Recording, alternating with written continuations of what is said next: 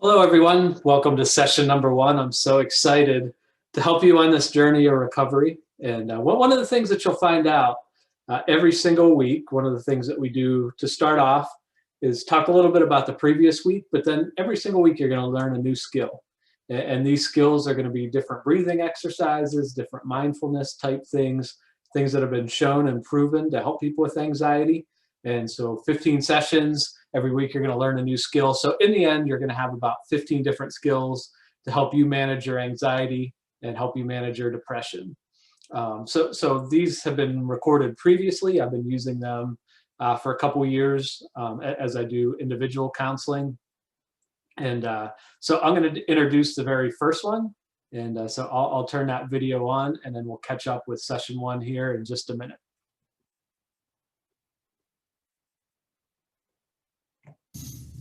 Hey, welcome to week one. I hope you're encouraged and hopeful on this journey of recovery and can't wait to hear your success story. But the first skill I want to talk about is left brain deep breathing. So it's deep breathing where you're kind of thinking about it, you want to be aware of it, making sure you're going through the proper steps.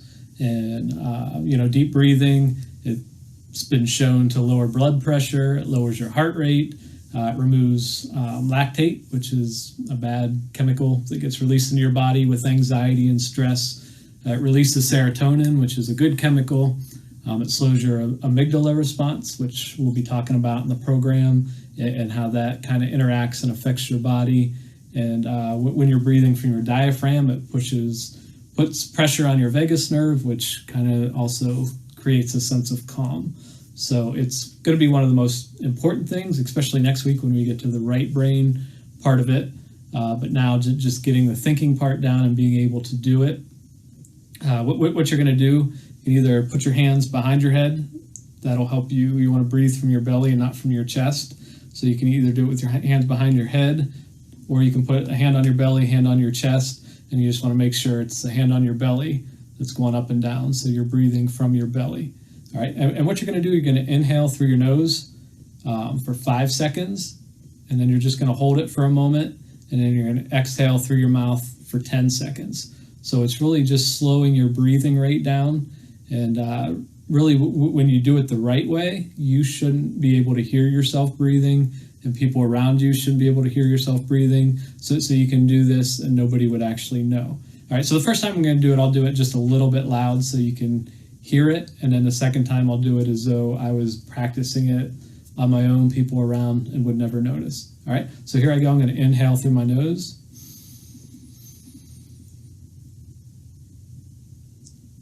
and then through my mouth.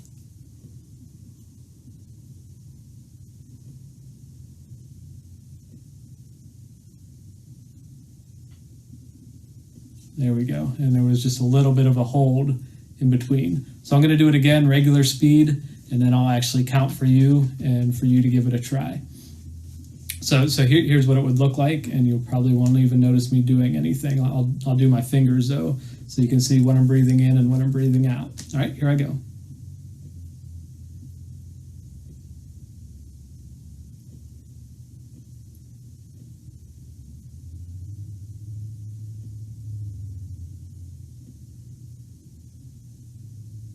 And so that was just a very simple, took a deep breath through my nose, using my belly, and very slow release. It's slow enough that you should not be able to hear the air coming out of your mouth.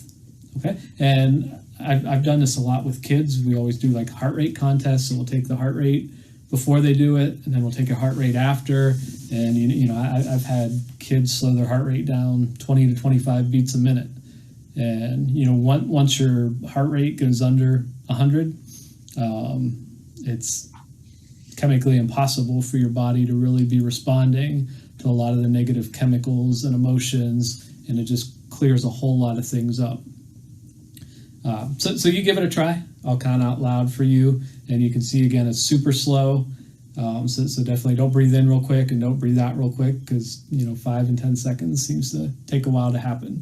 So ready? So start out through your nose. Ready? 1, 2, 3, 4, 5. Hold. Out your mouth. 1, 2, 3, 4, 5, 6, 7, 8, 9, 10. Great jobs. So usually you want to do about 3 to 5 sets of those at the beginning as you're trying to train yourself and get used to this. You know, I would shoot for once an hour, just to really get it under control and help. And this is also one of the skills that's going to help you a lot when if you think of your anxiety level 1 to 10, 10's the worst. You know, when you're at like a 5 or less, it's going to help keep it down. It's going to help you feel good. You know, if you're elevated, something bad just happened, or you're in the middle of a panic attack and you try the deep breathing, you know, sometimes your body will fight up against that, and it could potentially make you even feel worse. So throughout the program, we'll be talking about things to help you when you're at that elevated state. But right now, you know, do the breathing first thing in the morning when you're calm. You know, different times throughout the day, maybe that will remind you to do that. And like I said, I think you'll find a huge benefit from it. Okay, so talk to you soon.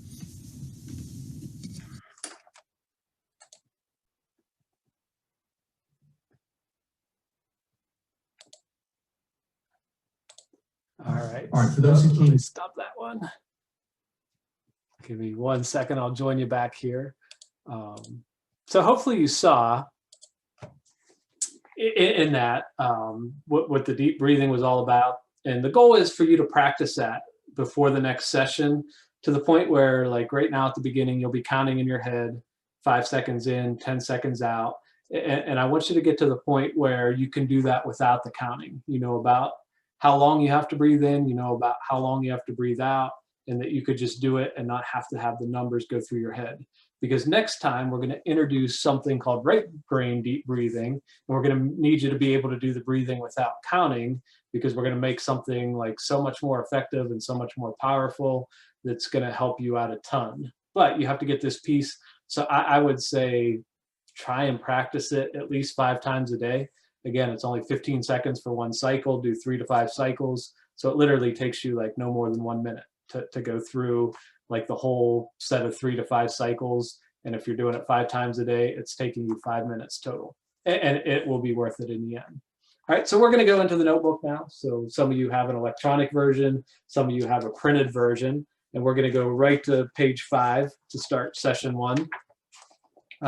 So one of the things, you'll see some of the main points, and I'm sorry, it's actually page 4. So if you go to page 4, from those skills, you can type in some of the things that would be helpful for you to remember. So for the left brain deep breathing, you could just put 5 for inhale, 10 for exhale, inhale through the nose, exhale through the mouth. And again, put your hands behind your head or watch your belly to make sure that your breath is coming from the right location. So with that, we'll jump right in. So point number 1 on page 4 is you are not alone. So this is not something that you're dealing with that's unique. This is not something that nobody else has ever gone through and dealt with. And one of my major reasons for specializing and enjoying working with people with anxiety and depression is because I dealt with it pretty severely when I was younger.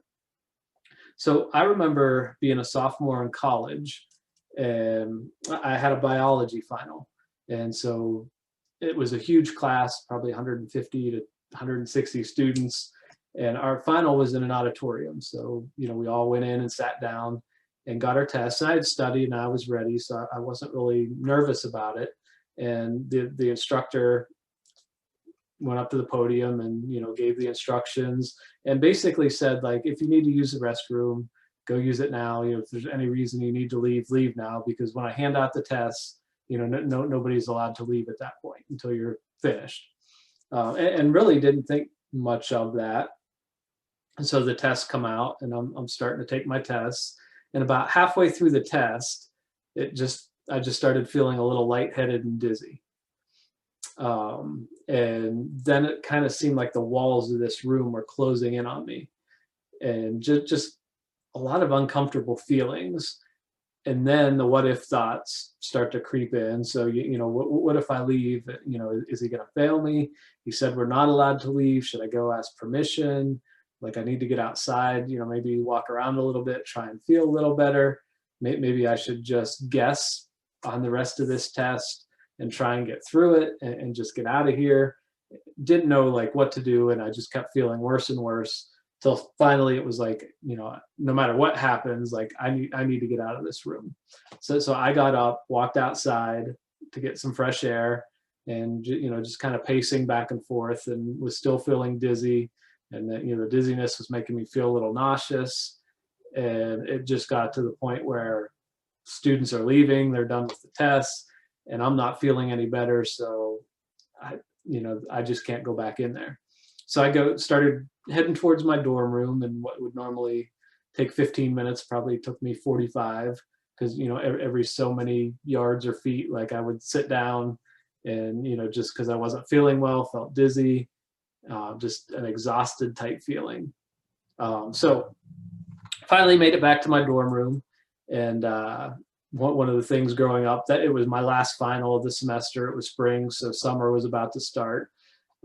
So went home, and my mom always worked for a doctor. So as soon as I got home, the very next day, went to the doctor, and he kind of checked me out and said, you have some type of virus, just go home and rest, and you should feel better.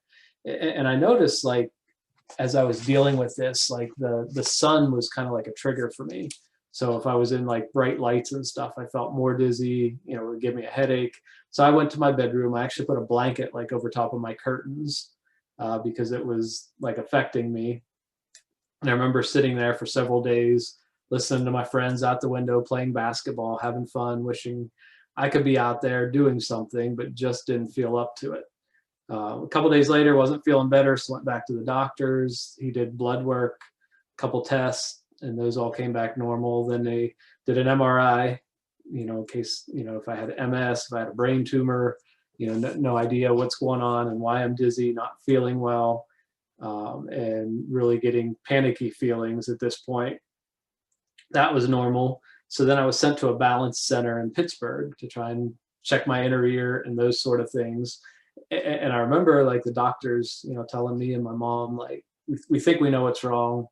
Like, let's sit down and talk about it. And the doctor said, physically, all his tests are coming back normal. Like, we're pretty convinced, like, there's nothing physically wrong with you. We think you have some type of anxiety disorder. So part of me was relieved that, I'm not dying. But on the other side, I would have liked them to say, yeah, here's what you have. Go take these pills for 2 weeks and you'll feel better. So anyways, he hooked me up with some medication, and he hooked me up with some therapy. And I remember, so first when I got home, I took the medication, and it gave me tremors. So I was almost like shaky and stuff, and called the doctor and said, hey, we're getting these side effects. And the doctor's answer was, well, then double the dose. Now, at that age, like, that sounded crazy to me. Now that I'm in the world of psychology and have gone through a lot of medicine and clinical type classes, like, a lot of times a lower dose gives you all the side effects and no benefit.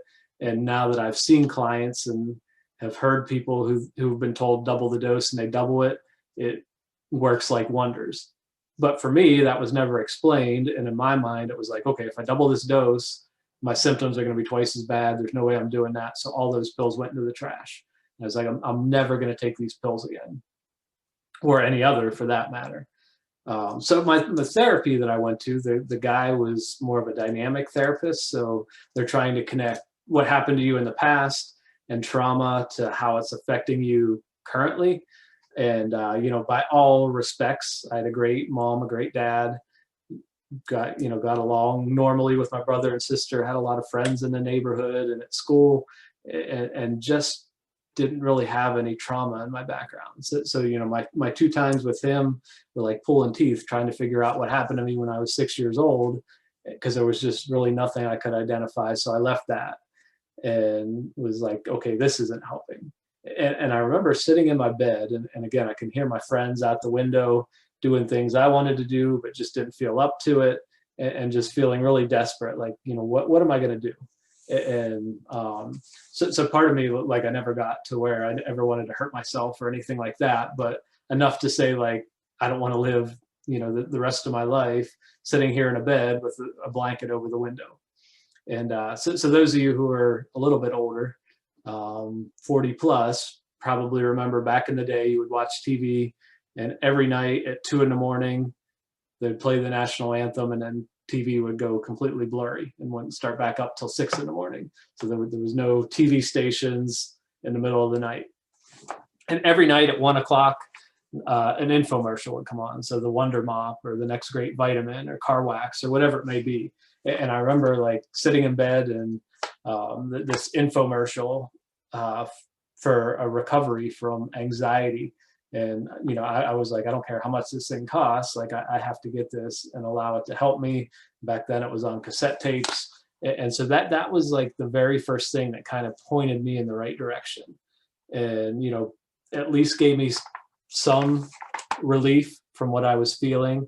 And I just continued to say, like, I know I can get better. I know I can do better than this. I know I can get better than this, and just kept building up. And a lot of what we're going to talk about is really based on the last 20 years of my life, and things and skills that I've picked up, things that I've done, and in my graduate working with other people, and like all the best techniques that I've seen actually work for people, and things that have worked for me. I just want to share it with you and see you find the same success that I've had. As some of you have seen maybe in the promo stuff and different things. I've also worked as a professional magician. So I was on season 4 of Penn and Teller Full in Las Vegas. I've had shows with over 2,000 people there watching. And you know what, if you would have told me when I was 20 years old, sitting in my bed with a blanket over the window, that someday you're going to be on a stage with 3,000 people out there cheering for you and watching you, I'd have said you're absolutely crazy. Like I I can't even get out and go to my car and drive to the mall, let alone stand on a stage in front of 1,000 people. And I know a lot of you are relating to a lot of the things that I'm saying, and you've been there, you've had these symptoms, you've dealt with this, and I'm telling you, like, I can relate with you. I know how you're feeling. I know what you're going through, and so has so many other people. So right now, we're kind of, I don't know when you're watching this or what year it is, but right now it's the end of 2020. So coronavirus is kind of like a big thing right now and causing lots of havoc. So back in January, before coronavirus showed up on our planet, statistics showed 24.9% of Americans would say that anxiety deeply affects their life on a day-to-day basis. So it's preventing them from doing things. They're getting symptoms that are bothering them throughout the day. And since coronavirus hit, that number's jumped up just over 40%. So this is nothing unique. You walk down the street and see 3 people, at least one of those people are dealing with a lot of the same things that you're dealing with. And that was part of the need for this program. So in January, I would get like a weekly email, because my schedule, my main job is an administrator at a college, and I oversee and teach a lot of our psychology courses. So in the evenings, I do a few appointments working with people with anxiety. And back in January, I would get an email that said, hey, you had like 3 people that wanted services from you this week, but your schedule was full. After coronavirus hit, right now I'm getting an average of 35 to 40 requests every single week, people dealing with this and wanting help. And one week back in April, when it was kind of in the height and people didn't understand a whole lot about this, there was a thing, I had over 350 people requesting it, and that's just from the state of Pennsylvania. So you can see that there's a lot of people out there. You're not alone in this. And if you look in the book, just a couple definitions, if you want to type this in or write it in. So depression is a feeling of hopelessness and loss of interest in the world. So again, it's a feeling of hopelessness and loss of interest in the world.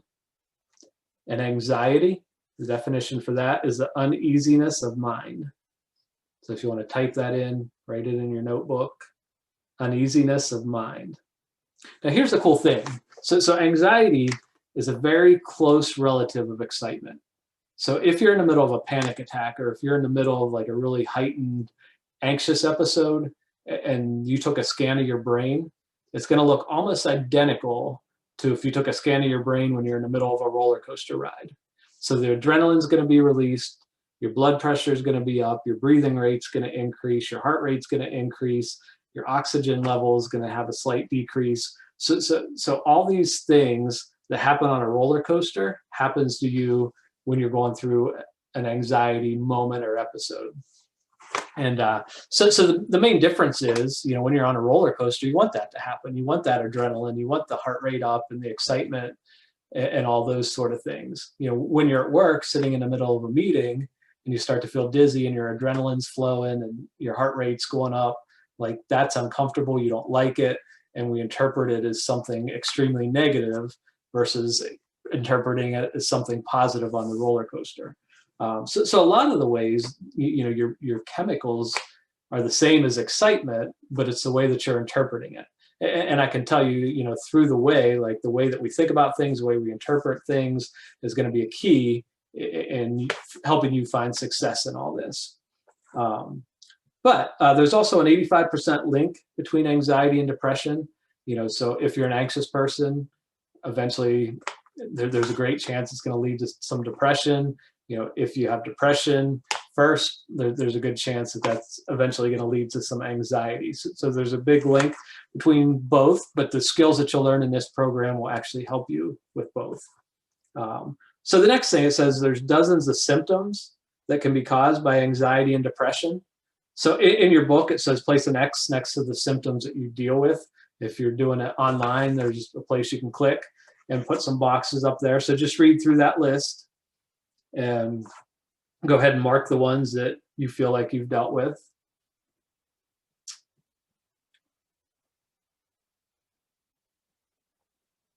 All right, hopefully everybody's had a chance to go through that list and mark.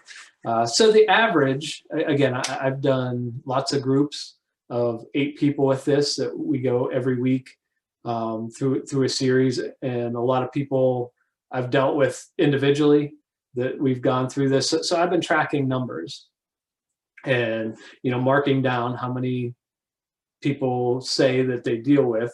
So in this list, the average person makes 11 checks. So they say 11 of these symptoms is the average number. Now I've had people mark all of them, so that they've marked all 20. One person I think had 32 one time because they added 12 to that list that wasn't on there. Sometimes people have a lower number, but when you take all those into consideration, the average number is 11. And again, 400 million people in the United States, at least 25% dealing with it. There's 100 million people out there that will be checking the exact same boxes that you just checked.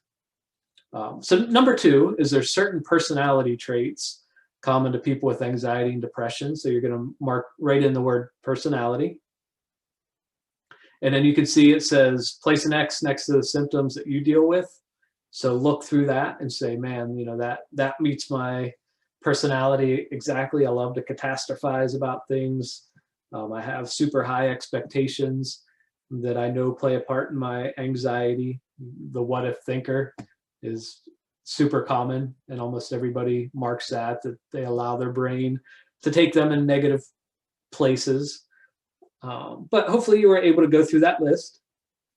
And again, looking at those check marks that you have of all the groups, the people I've worked with that I've tracked, the average number of check marks in that area is 10. So you can see maybe you're exactly average, maybe you're a little bit higher, maybe you're a little bit lower. But again, taking all those people that have sought out help and looked for help, the average number there is 10. All right, so if you go over to page 5, the main point, number 3 for this, is the root of anxiety and depression is control. So that, agoraphobia is kind of when your anxiety prevents you from doing things that you would like to do. So it leads to avoidance of things and places that you don't have total control. So if you look at the list below, I want you to put an X on any of those where you feel like, man, I would never do that. I would never fly.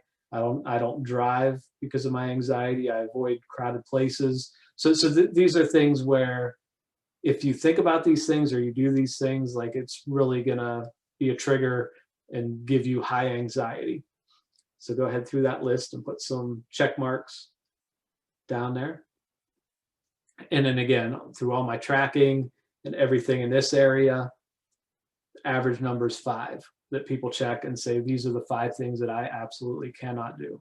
So maybe you're a little higher, maybe you're a little lower, but no matter how many check marks you checked, there's millions of other people out there that are checking the exact same boxes, know how you feel, can relate to how you feel. And number 4, anxiety and depression are fueled by unhealthy thinking. So some common thoughts, like if I do this, I'll be embarrassed. I'm never going to get better. I'm not worth it. I can't change. And your brain will convince you of all these things, but we're going to change that. It's not that big of a deal. And that's one area we just talk about, and it'll be a huge part of the program in the future. So I've never like actually tracked because there's so many negative thoughts out there that if you clicked on the others, you could probably add another 1,000, 2,000 negative thoughts that you have to the list. And we would just be here all day thinking about negative thoughts, but we're going to talk about it in the future. So number 5, many people have learned to manage their anxiety and depression. So manage goes in the blank. There's always that age-old question, is this nature? Is it nurture? So, is this something I inherited from genetically from my family?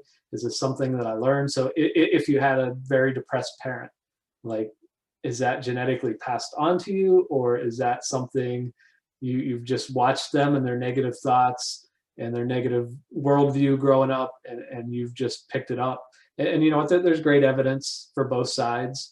But what is probably a combination of both, and whether it's more nature, whether it's more nurture, the way that you're going to recover from this is going to be the same. So we don't necessarily have to solve that issue.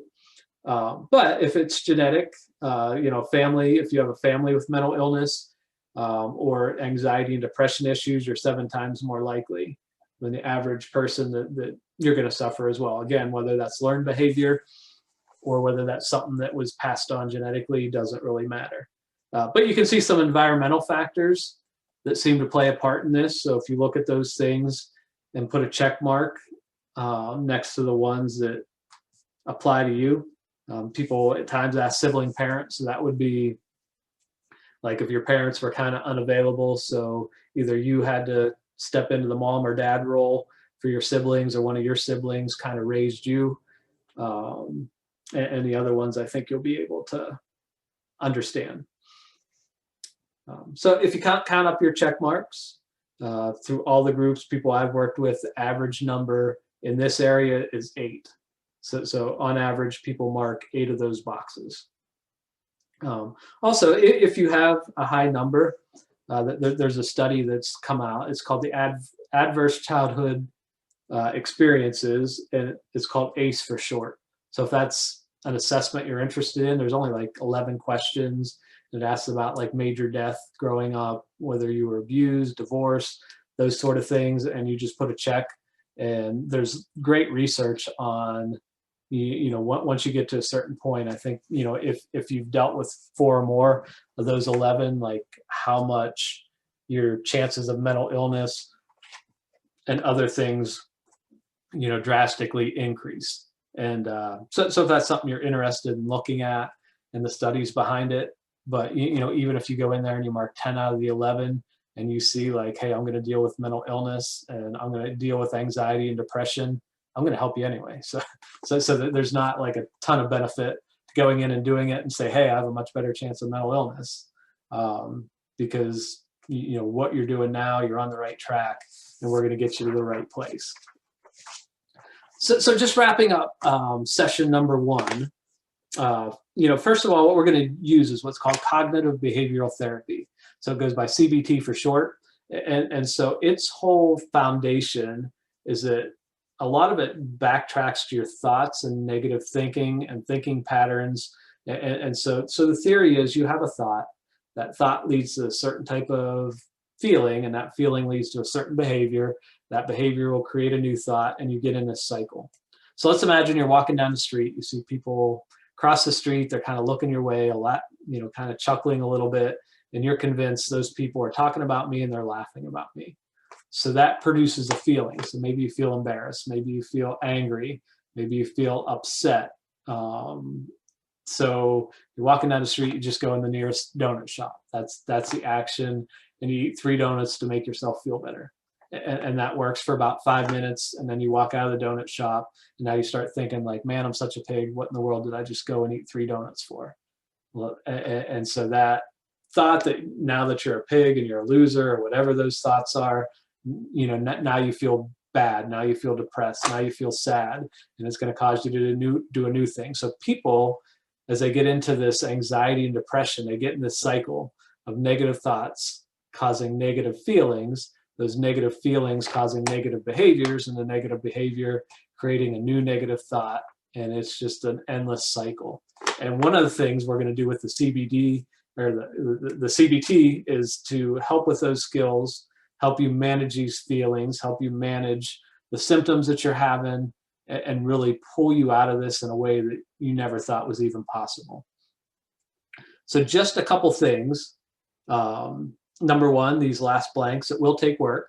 So some of you may have been doing this for the past 10 years, 20 years, 40 years, 50 years, and it's become a lot of bad habits. And breaking habits is not always the easiest thing to do, but you can do them. But you have to put some work into it and say, like, I'm going to focus on these things. Expectations is going to be a key in this. Whatever you set for your goal is probably what you're going to get to. My favorite was a guy in group one time came in and said, I've quit my job. I couldn't manage it with these symptoms. I've lost a relationship, and like, I'm so desperate. I don't care if you tell me to go bark out in the street and bark like a dog. I'm going to do that because I'm desperate. Like, I need something major to happen. And his life completely changed around. By week 6, he was looking for jobs, had found a job. Before the end, had actually gotten back into the relationship that he had lost, and just completely changed his life around in a very short time. But he got to the point where I'm going to do whatever it takes, and I'm putting all my time, energy, and attention into this, and I'm going to get back to where I'm feeling great. And hopefully you'll set that goal as well.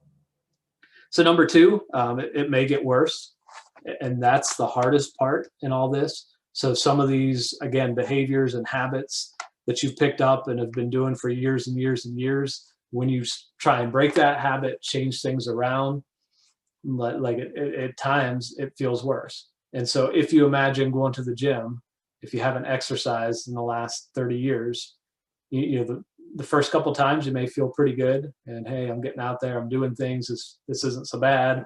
And then normally by week 2, week 3, you hit that wall, and you say, whoa, I felt better when I just sat at home on the couch watching TV. Like, forget this. And it's one of those things, if you can get over that wall and you stick with it and come out the other side, it's so much better. And normally what happens week by week, the first 4, 5 weeks, people come in every week, hey, I'm feeling a little better, these skills are helping, I'm doing good. And it's usually around week 6, week 7, people hit that wall. And I'm always begging people, and I'm sure in these videos, as I get to those sessions, I'll be saying, please come back, don't give up. You're just at that wall, let's get you over that wall. And the other side is just so much better. And the last thing, expect major change in 3 months. So again, if you're doing these videos once a week, if you choose to do them every other week, just keep practicing the skills in between. Just divide that out to 15 sessions. And like I said, you're going to see some major change. So we're going to retrain your brain, give you some new thinking, new experiences. The homework I want you to do between now and next time, number 1, set a goal for your recovery. So set it high. You definitely want to feel good as you're walking around, going through life, able to function, able to drive, able to do your job, able to engage with your family and your children. and set some really high goals. And one of the goals may be, I don't know where it's at in the year as you're watching this, but what do I want my life to look like 6 months from now? So at Christmas time, by the time the 4th of July rolls around, well, like here's the things that I expect to be different. And you know what? When you expect those things and you follow these skills, it's going to happen, and it will be different. Number 2, practice that deep breathing. Again, do it try and do it at least 5 times every day, 3 to 5 cycles. So, breathe in for 5, breathe out for 10. That's one cycle. You do it 3 to 5 times. It takes you a minute to a minute and a half, and try and do that 5 times a day. And like I said, what we introduce next week is usually one of the favorite skills people pick up. And then the last thing, I want you to tell 3 people that you're getting help with your anxiety and depression. So you can pick 2 easy people. So maybe tell a spouse, tell a sister, tell your best friend. I also want you to pick one person that's a little bit of a challenge, that you say, I don't know how this person's going to respond. And next time we'll talk about why and those sort of things. But really just find 3 people and, say, would you please just pray for me? Like, I've been struggling with this. I'm getting some help. Think about me, whatever it may be, support me. And I just want you to kind of leave that on the table and see what kind of response that you get. Okay, so great talking with you all. And like I said, I'm super excited to do the other 14 sessions, and again, share the skills and things that I've learned along the way that I know is just going to change your life. So we'll see you soon.